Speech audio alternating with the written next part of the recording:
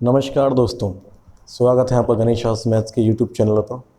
यहाँ पर जैसा कि हमने कल समांतर श्रेणी का इंट्रोडक्शन किया था, आज हम लेकर आए हैं आपके लिए 5.1 प्रश्नावली, जिसकी प्लेलिस्ट में आपको ये समांतर श्रेणी की प्लेलिस्ट में आपको सारी वीडियोस मिल जाएंगी। हम यहाँ पर आज करने वाले हैं 5.1 की पहले प्रश्न में जो 4 सवाल हैं उनके बारे में चर्चा करने वाले हैं। जिसमें पहला सवाल आपके सामने ये रहा सर।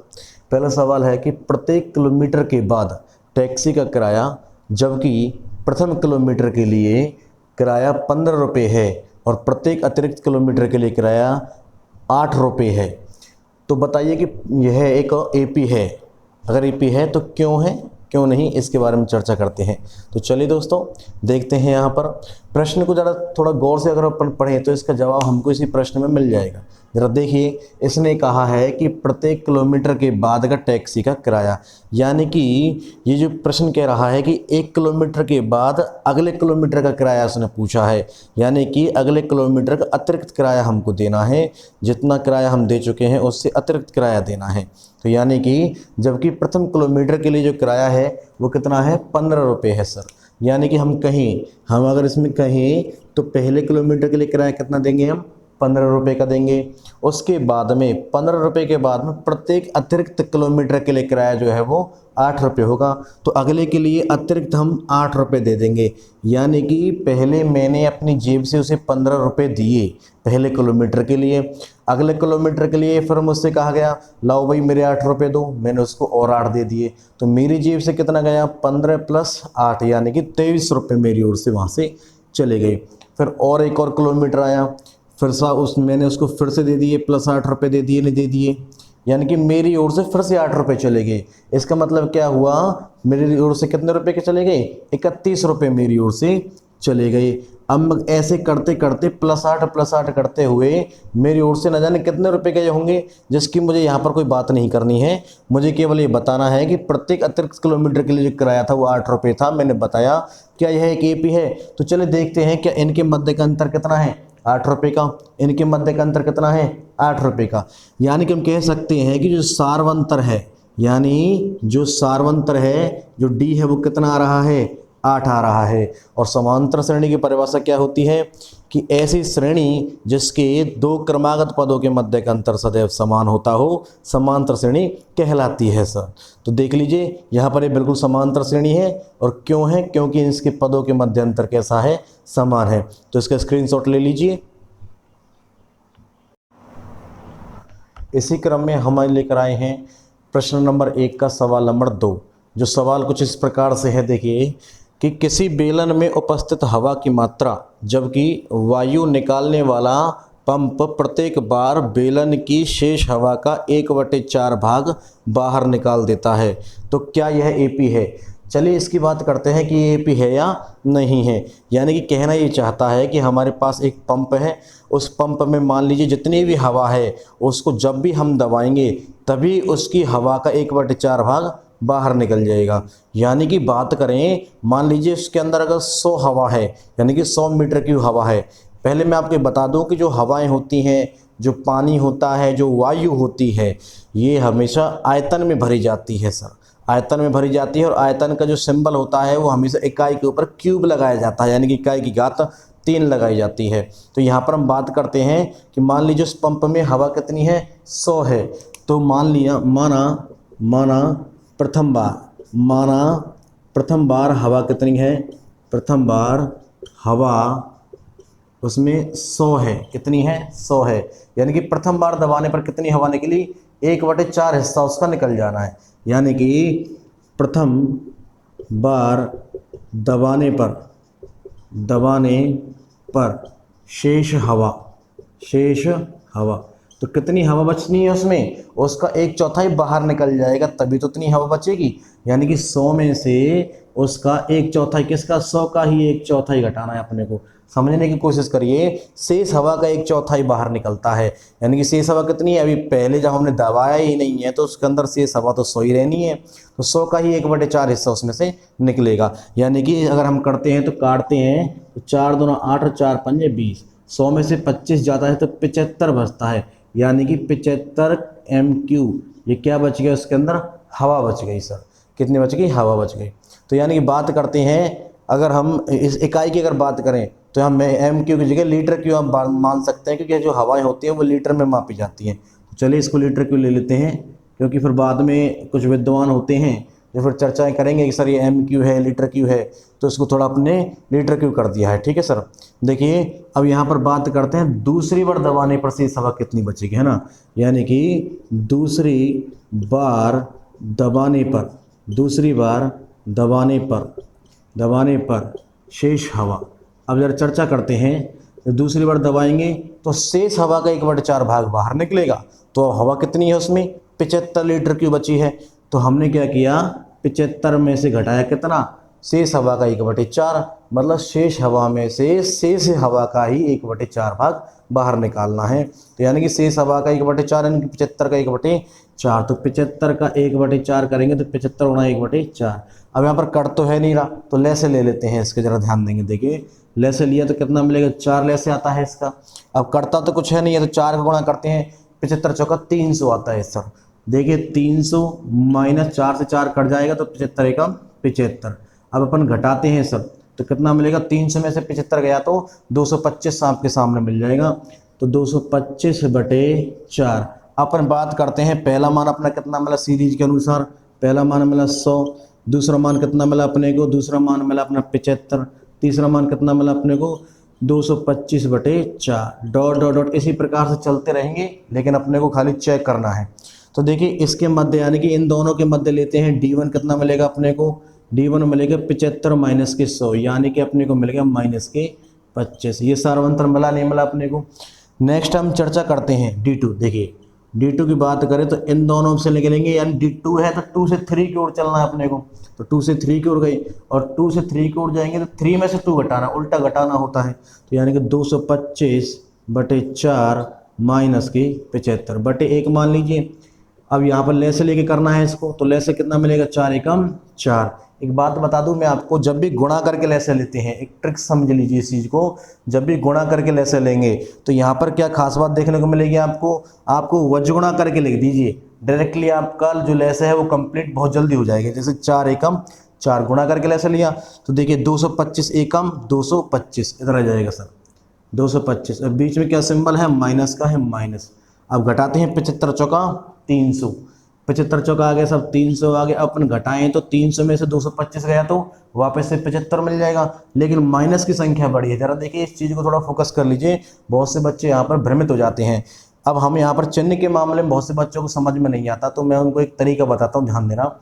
जो संख्या बड़ी होगी उसी से पहला चिन्ह ले लेंगे। बड़ा कौन, 300 बड़ा कि 225 बड़ा, एब्सोल्युटली 300 बड़ा। 300 से पहले क्या है, माइनस, तो क्या चिन्ह आएगा, माइनस चिन्ह आएगा।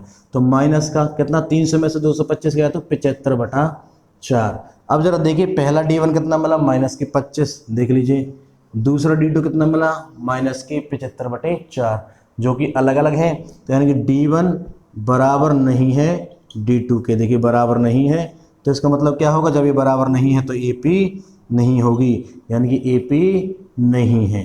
ठीक है सर, ये AP नहीं है। तो प्रश्न आपके सामने है। तो ये आपका प्रश्न है पहले का दूसरा, इसका स्क्रीनशॉट आप ले सकते हैं। दोस्तों इसी सीरीज में सवाल नंबर 1 यानी कि प्रश्न नंबर 1 का तीसरा प्रश्न आपके सामने है। चलिए चलते हैं इसकी ओर। देखिए प्रश्न में कह रहा है कि प्रत्येक मीटर की खुदाई के बाद एक कुआं खोदने में आई लागत, जबकि प्रथम मीटर खुदाई की लागत 50 रुपये बढ़ती जाती है। यानी कि अगर हम बात करें तो प्रत्येक मीटर की खुदाई के बाद में कुछ लागत आती है, यानी उस लागत के बाद उसकी जो लागत है, यानी कि उसकी खुदाई की लागत है वो 50 रुपये बढ़ती जा रही है। यानी कि उसमें जो खुदाई की जो लागत आ रही थी ना, पहले खोदने में जो लागत आ रही थी वो 150 रुपये की आ रही थी। अब इस बार जब प्रत्येक मीटर खोदोगे तो 50 रुपये तुमसे मांगेगा। यानी कि हम क्या कर रहे हैं, कुआं खुदवा रहे हैं। उस कुआं खुदवाने में क्या हो रहा है सर कि पहले हमने फिक्स कर दिया कि भाई आपको 150 रुपये में खोदना है एक कुआं, ठीक है। उसके बाद मान लो उसमें से पानी नहीं निकला, तो हमने कहा इसको और खोदिए, तो उसने कहा कि भाई 1 मीटर खुदवाइए, 50 रुपये दे दीजिए हमको। तो हमने कहा चलो ठीक है, यस करते हैं। यानी कि हमने क्या किया, उसको दिए 150 रुपये, यानी 150 रुपये दिए, पानी नहीं निकला, फिर एक और दे दिया उसको, प्लस 50 रुपये देने पड़ गए।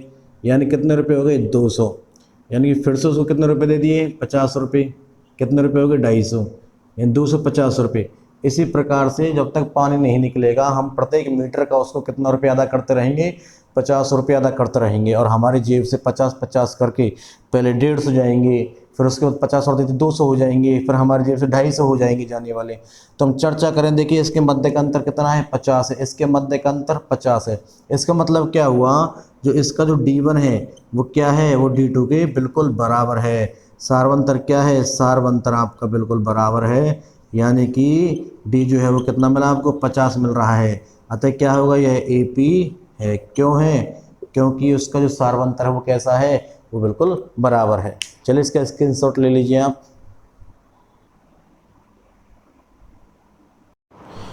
चलिए इसी क्रम में प्रथम प्रश्न का चौथा सवाल, यानी कि देखिए किस प्रकार से है कि खाते में प्रत्येक वर्ष का मिश्र धन 10,000 रुपये की राशि 8% वार्षिक दर से चक्रवृद्धि ब्याज पर जमा की जाती है, बताओ क्या यह AP है। चलिए पहले तो इस बात की तुलना कर लेते हैं कि चक्रवृद्धि ब्याज क्या होता है और एक साधारण ब्याज क्या होता है। जैसा कि आप लोगों ने 8वीं 7वीं कक्षा में पढ़ा होगा, 9वीं कक्षा में भी थोड़ा बहुत पढ़ा होगा कि साधारण ब्याज और चक्रवृद्धि ब्याज में अंतर क्या होता है। एज़ यूजुअल जैसे हम लोग पैसे लेके आते हैं किसी से उधार पे, अपने आसपास के वातावरण में ज़्यादातर अपने लोग लेते करते रहते हैं एक दूसरे से पैसा। आपने सुना होगा 2 रुपये सैकड़ा का ब्याज, 3 रुपये सैकड़ा का ब्याज, जिसमें से कभी कभी घर वाले जब हिसाब किताब लगवाते हैं आपसे बैठता नहीं है तो आप थोड़ा सा डगमगाते हैं, फिर आपको कुछ सुनने को मिलता है। तो चलिए पहले मैं उसका थोड़ा सॉल्यूशन आपको बता दूं। जैसे मान लीजिए आपसे 9,000 रुपये किसी ने ब्याज पर लिए 2 रुपये सैकड़ा पर। करना क्या है सर, आपको 9,000 में 2 रुपये सैकड़ा की बात है ना, 2 का गुणा करके और 100 का लगा दो भाग। 3 रुपये सैकड़ा, 3 का गुणा कीजिए, 100 का भाग लगा दीजिए। अपन काट देते हैं तो ये ले लीजिए 2 नाम 18 और 0 की 0, 180 रुपये। यानी कि अगर वो महीने से लिए होंगे, क्योंकि ज़्यादातर महीने पे लिए जाते हैं ब्याज के पैसे, तो अपने 180 रुपये पर मंथ का क्या होगा उसमें ब्याज चलेगा सर। ये तो हो गई अपनी जनरल वाली बातें। असल में ये जो ब्याज होता है वो साधारण ब्याज पर होता है, यानी कि हम हर महीने केवल 9,000 रुपये का ब्याज देने वाले हैं। लेकिन चक्रवृद्धि ब्याज में क्या हो जाता है, चक्रवृद्धि ब्याज में सर इसी 9,000 में ये 180 रुपये ऐड हो जाएंगे और 9180 रुपये हो जाएंगे। यानी कि अगले महीने का ब्याज जो है वो 9180 रुपये का निकलेगा। यानी कि इसके लिए निकालते हैं फिर अपन, ये चक्रवृद्धि ब्याज है जिसको CI बोलते हैं, कंपाउंड इंटरेस्ट। और ये जो होता है आपका वो होता है सिंपल इंटरेस्ट। तो चलिए इसके बारे में हमें इतनी बातें नहीं करनी है, केवल अपने प्रश्न से रिलेटेड बातें करनी है। यानी कि प्रश्न क्या कह रहा है, प्रश्न कह रहा है कि भाई पैसे लिए हैं खाते से 10,000 रुपये लिए हैं और उसका जो ब्याज है वह 8% है, यानी कि चक्रवृद्धि ब्याज की दर पर लिए गए हैं। और एज यूजुअल बैंक से पैसे तो चक्रवृद्धि ब्याज पर लिए जाते हैं, इसमें कोई दोहराए वाली बात नहीं है। अब देखिए क्या करना है, हम प्रथम वर्ष के लिए निकालेंगे तो वर्ष जो है वो 1 गिना जाएगा, द्वितीय वर्ष के लिए निकालेंगे तो भी वर्ष 1 ही गिना जाएगा। ठीक है ना सर। देखिए चर्चा करते हैं प्रथम वर्ष के लिए, प्रथम वर्ष के लिए। अब देखिए प्रथम वर्ष के लिए कितना है अपना, अभी तक जो है P बराबर 0, यानी कि प्रिंसिपल यानी कि मूलधन कितना हो गया अपना 10,000 रुपये हो गया सर। ठीक है, इसके बाद जो इसकी रेट है यानी कि जो दर है वो कितनी है 8% है, 8% इसकी जो दर है। इसके बाद जो समय है यानी कि वर्ष में जो समय है वो 1 वर्ष आएगा। ठीक है, अपन इसका सूत्र लगाते हैं तो सूत्र है P0 यानी कि मिश्र धन बराबर, मिश्र धन के बराबर होता है, और जो साधारण ब्याज में है वह साधारण ब्याज के बराबर में होता है। देखिए 1/1 + R/100 की पावर T। अब यहाँ पर बात करते हैं अपन, देखिए यहाँ पर अपन बात करते हैं कि P का मान कितना है 10,000, P का मान है 10,000। इसके बाद कोष्टक 1 + R का मान कितना है अपना 8/100। T का मान कितना आएगा 1 वर्ष। ठीक है सर, ध्यान देते हैं 10,000। अब देखिए इसको सॉल्व करते हैं, 100 एकम 100 + 8 कितना 108। दोबारा देख लीजिए 100 एकम 100 और प्लस में है तो जोड़ देंगे, माइनस में तो घटा देंगे। ऐसे मिश्र धन की तरह सॉल्व कीजिए इसको आप। तो देखिए कितना है 108/100। अब ये 2 जीरो से ये 2 जीरो कट जाएंगी तो 108 × 100 करते हैं तो कितना मिलेगा 10,800 आपको यहाँ पर मिल जाएगा। ये प्रथम वर्ष के लिए है, यानी कि मिश्र धन है प्रथम वर्ष का।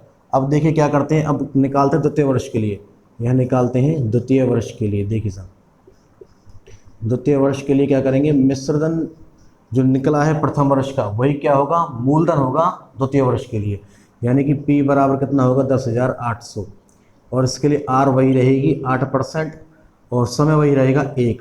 अब देखते हैं P नॉट बराबर P, सूत्र पहले लिखा हुआ है, लिखने की आवश्यकता नहीं है, डायरेक्ट P का मान क्या है, डायरेक्ट P का मान कितना 10,800। अब देखिए इनटू ये भी आप मत लिखिए 8 ही है, तो सीधी सी बात है कितना मिलेगा 108/100, 2 जीरो से 2 जीरो कट जाएंगे, 108 गुणा 108 करना है। देखिए 108 अट्ठे 864, 864 का कितना मिलेगा, यहाँ जीरो है तो इसलिए क्या आएगा 64 ही आएगा, हासिल लगी 8 और 108 अट्ठे 108 एकम 108 और प्लस 8 करेंगे तो कितना हो जाएगा 116 हो जाएगा। देखिए आई होप से आपको कैलकुलेशन समझ में आई होगी, नहीं तो एक बार फिर से चर्चा कर लेते हैं। देखिए 108 गुणा 108 करते हैं, ध्यान देंगे 108 का मैंने एक बार में कर दिया, आप अलग अलग कर सकते हैं, कोई दिक्कत वाली बात नहीं है। देखिए 8 हुआ 64, 6 आ जाएगा यहाँ पर, तो 64 और 8 एकम 8, तो कितना हो गया 864, 864 का 64 हासिल लगी 8, 108 एकम 108 और 8 116। आई होप से कि गुणा आपके समझ में आया होगा। अब बात करते हैं देखिए आगे की ओर, तो यानी कि मुझे 3 वैल्यूज़ मिलेगी। देखिए एक तो आपको ये दे रखी है, एक आपके लिए ये निकली और एक आपके लिए ये निकली। अब देखते हैं 3 वैल्यूज ही हमारे लिए डिफाइन कर देंगे कि ये AP है या नहीं है। तो देखिए 10,000, कॉमा हटा लेते हैं इसके बीच से क्योंकि थोड़ा कन्फ्यूजन हो सकता है। 10,000, इसके बाद यहाँ पर कॉमा आएगा आपका 10,800, उसके बाद आएगा 11,664 और डॉट डॉट डॉट, इसी क्रम में चलता रहेगा, वो तो रुकने वाला है नहीं। तो देखिए हम निकालते हैं D1।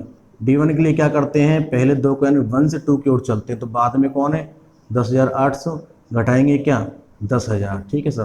तो घटाने पर क्या मिलता है अपने को, 10,800 में से 10,000 जाएगा तो 800 रुपये, तो ये कितना मिलेगा 800 मिलेगा। अब चर्चा करते हैं D2 की। D2 में से क्या करेंगे, 2 से 3 की ओर चलेंगे, ये वाला अंडरलाइन कर लेंगे, तो बाद वाले में से पहला वाला घटाएंगे।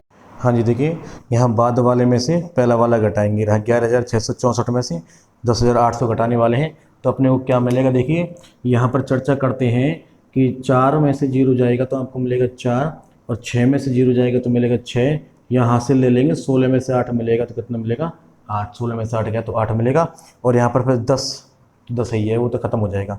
तो यानी कि D1 मिल रहा है 800, D2 मिल रहा है 864, दोनों बराबर नहीं हो रहे हैं, तो यानी कि D1 का मान बराबर नहीं है D2 के, तो क्या यह AP होगा, यह AP नहीं है, यह AP नहीं है, ठीक है सर।